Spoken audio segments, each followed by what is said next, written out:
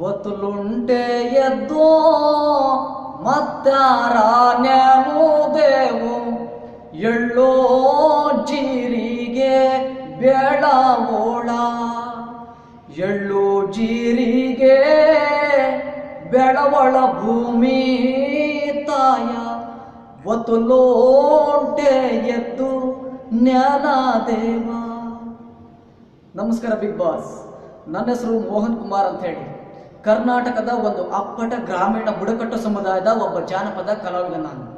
ಕಳೆದ 13 ವರ್ಷಗಳಿಂದ ಈ ಜಾನಪದ ಕ್ಷೇತ್ರದಲ್ಲಿ ನನ್ನನ್ನು ನಾನು ತೊಡಗಿಸಿಕೊಂಡಿದ್ದು, ನೂರಾರು ದಾಟಿಯ ಜಾನಪದ ಗೀತೆಗಳನ್ನು ನಾನು ಕಲಿತವನಾಗಿದ್ದು ಮತ್ತು ಆ ಕುರಿತ ಕೃತಿಗಳನ್ನು ಕೂಡ ನಾನು ಹೊರತಂದವನಾಗಿದ್ದೇನೆ.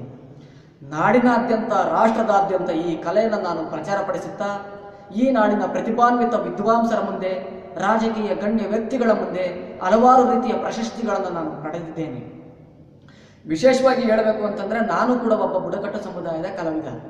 ಅಲ್ಲಿರ್ತಕ್ಕಂಥ ಕಟ್ಟುಪಾಡುಗಳನ್ನು, ಜೀವನ ಸಂಸ್ಕೃತಿಯನ್ನು ನಾನು ಅರಿತವನಾಗಿದ್ದು, ಅಲ್ಲಿರ್ತಕ್ಕಂಥ ಕೆಲವೊಂದು ಮೌಢ್ಯಗಳ ವಿರುದ್ಧ ಧ್ವನಿ ಎತ್ತಿ ಒಂದು ರೀತಿಯ ಹೋರಾಟದ ನೆಲೆಯಲ್ಲಿ ನನ್ನ ಕಲಾತ್ಮಕ ಬದುಕನ್ನು ನಾನು ಈ ತನಕ ಸಾಗಿಸ್ಕೊಂಡು ಬಂದಿದ್ದೇನೆ.